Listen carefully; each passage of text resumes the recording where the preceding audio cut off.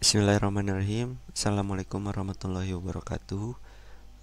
Perkenalkan, nama saya Igin Ginanjar dengan NIM 222101072. Di sini saya akan memenuhi tugas akhir Ekin yang diberi tugas oleh Bapak Deden Ahmad Hidayat, SIK Mkom. Tugas akhir ini kita ditugaskan untuk memilih course di website Web3 Career. Di sini kita bebas untuk memilih salah satu course yang ada di website ini. Nah, di sini saya akan memilih yang ini. What is a DAO? Nah, di sini kita akan diberikan video, berbentuk video untuk kita mempelajari apa itu DAO.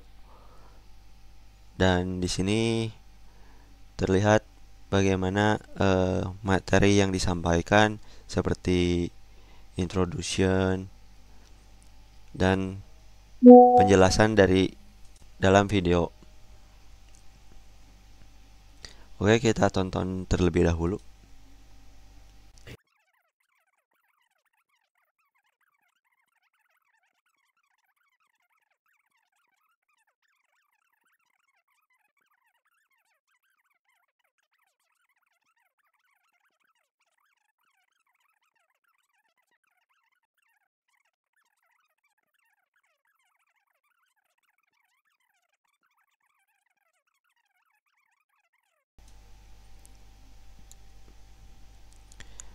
Baik, setelah saya menonton video dari course di sini, kita memahami bahwa apa itu DAO. DAO itu adalah singkatan dari Decentralized Autonomous Organization. Jadi secara sederhananya, DAO adalah organisasi yang dijalankan oleh kode yang telah disepakati oleh anggota awalnya. Nah, jadi smart contract atau kontak pintar yang merupakan kontak yang dapat diprogram dan mengeksekusi di blockchain, memungkinkan DAO untuk mengotomatiskan berbagai tugas, membuat organisasi menjadi mandiri dan otonom.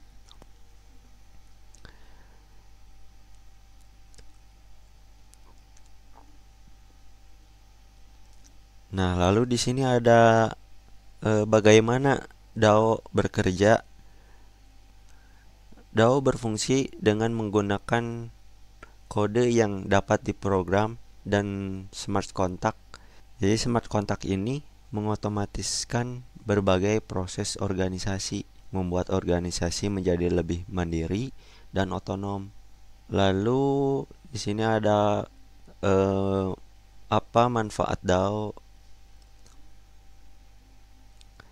Jadi manfaat DAO itu menawarkan beberapa keuntungan. Jadi mereka bersifat trustless, yang berarti tidak perlu bergantung pada individu tertentu untuk pengembalian keputusan. Jadi DAO juga tahan terhadap penghentian karena entitas perintah memerlukan sejumlah besar token dan harus mengikuti proses pemungutan suara untuk mengaruhi operasinya. Lalu di sini apakah DAO dapat diserang? DAO dapat rentan terhadap serangan karena kode mereka terbuka untuk ditinjau jika penyerang memahami seluk-beluk kode. Dan lalu di sini bagaimana token bekerja dalam DAO. Jadi DAO ini seringkali menerbitkan token yang memiliki hak suara dan kepemilikan dalam organisasi. Pemegang token dapat memberikan suara pada proposal dan perubahan dalam DAO. Dan token juga dapat memiliki nilai karena mereka mungkin memberikan hak atas bagian dari keuntungan atau hadiah yang dihasilkan oleh DAO. Lalu di sini ada apakah ada kelemahan DAO? Tentu meskipun DAO menawarkan banyak sekali manfaat, mereka juga memiliki kelemahan karena sifatnya yang terbuka, rahasia bisnis bisa sulit dijaga. Selain itu, DAO juga memerlukan langkah-langkah keamanan yang hati-hati untuk melindungi dari serangan. Lalu, contoh DAO dalam kehidupan nyata, dalam real life.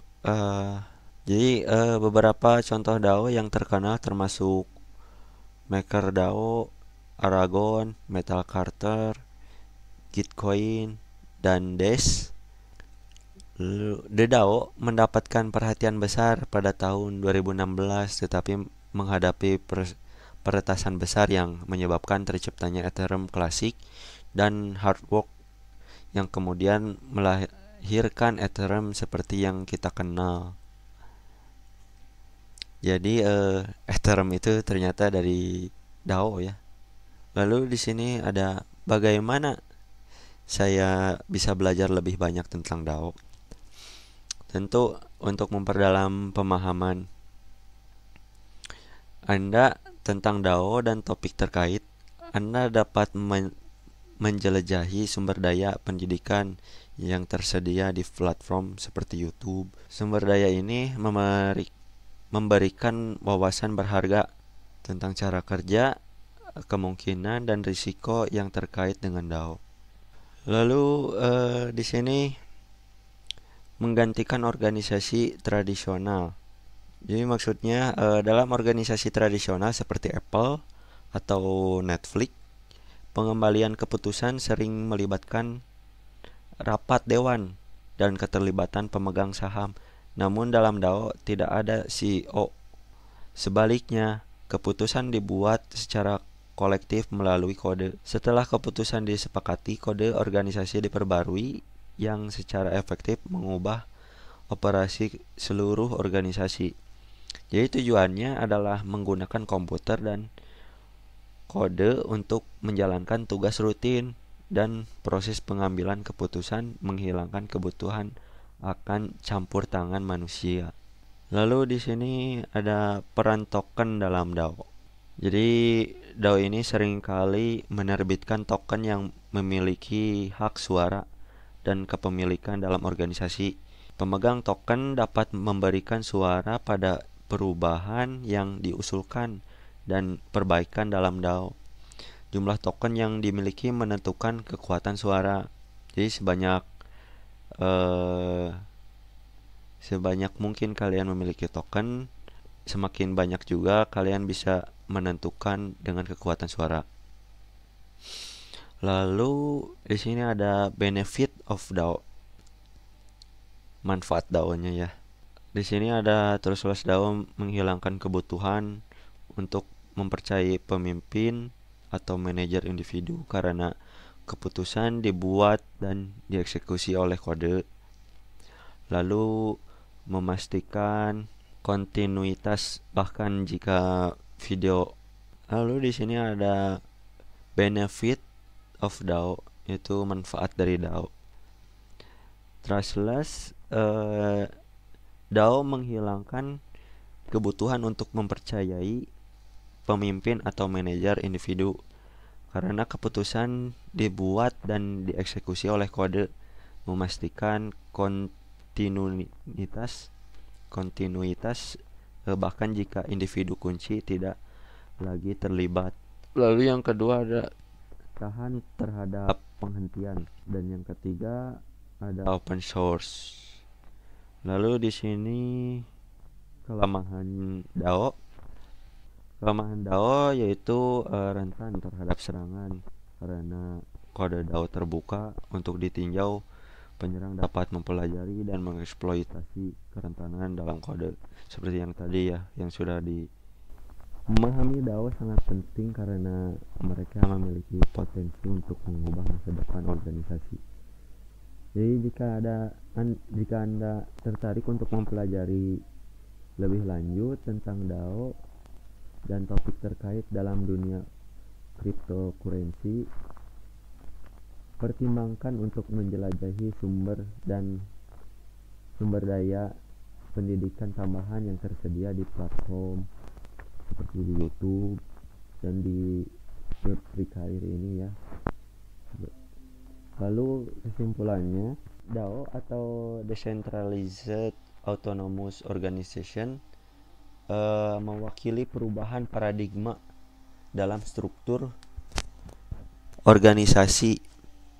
Jadi dengan beroperasi melalui kode dan smart contract, mereka bertujuan untuk menghilangkan kebutuhan akan manajemen hierarkis tradisional.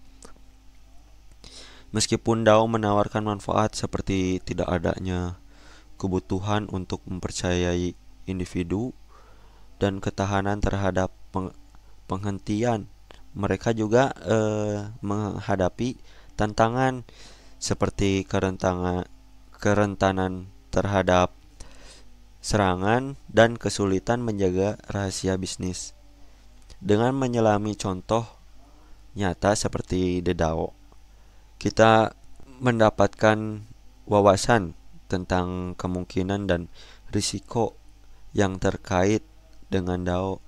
Untuk memperdalam pemahaman Anda, lanjutkan menjelajahi sumber daya pendidikan tentang DAO dan topik terkait.